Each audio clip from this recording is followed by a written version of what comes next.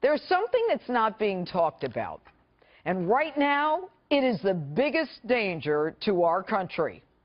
A subtle plot by the GOP to help bring down the President of the United States and bring the establishment back into power. The belief, if done quickly enough, they'll still be in power and there'll be sufficient time to recover, to promote their favorite son as candidate for president in 2020. And the Democrats, whether you like them or not, are doing their job. They're fighting, they're resisting, and they're all on one page.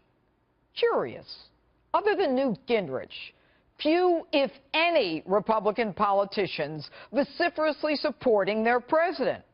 Can you think of who in the Republican establishment is outraged at what is going on with their president? And whether Republicans agree with Donald Trump or not, that's their job.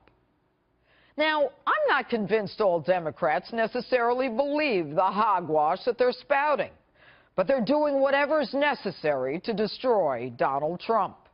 And they are in unison as the Republicans simply watch the Democrats railroad their president.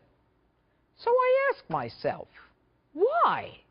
Why would Republicans lie down when they have the White House, the Senate, and the House?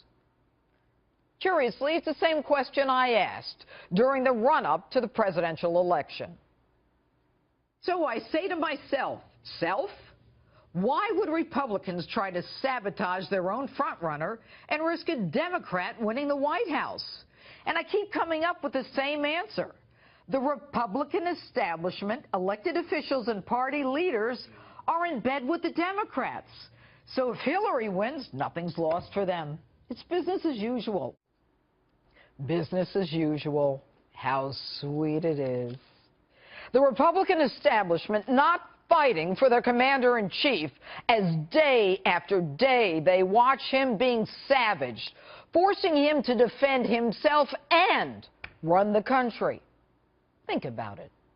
If he's knocked out, the succession is clear and things go back to the way they were. No?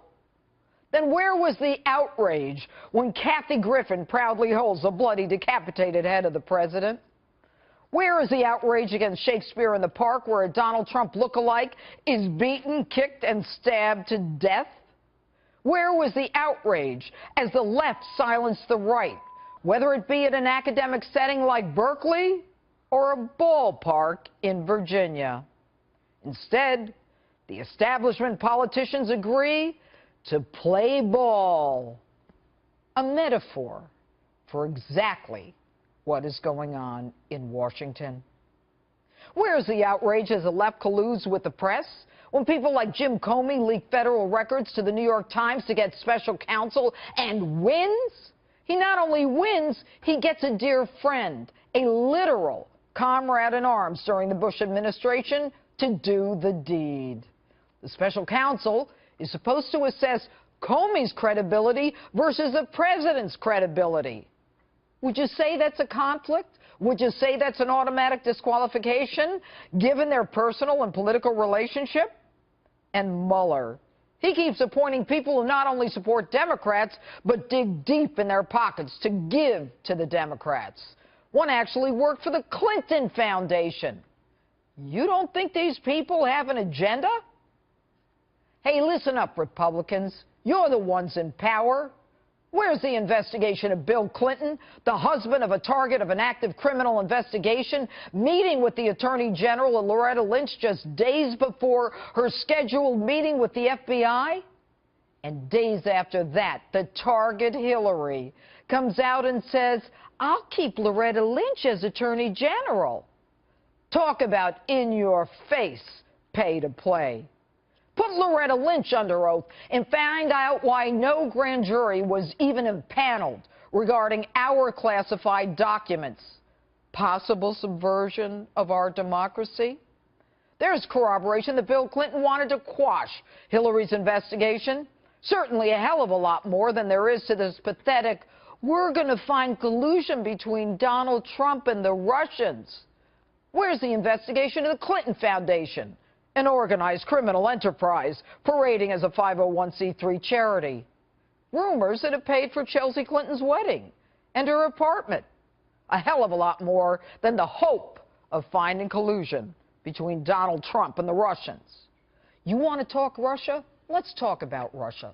Let's talk about the sale of 20% of our uranium to Russia and Hillary Clinton signing off on the deal. The Clinton Foundation, that slush fund for Hillary, receiving $140 million.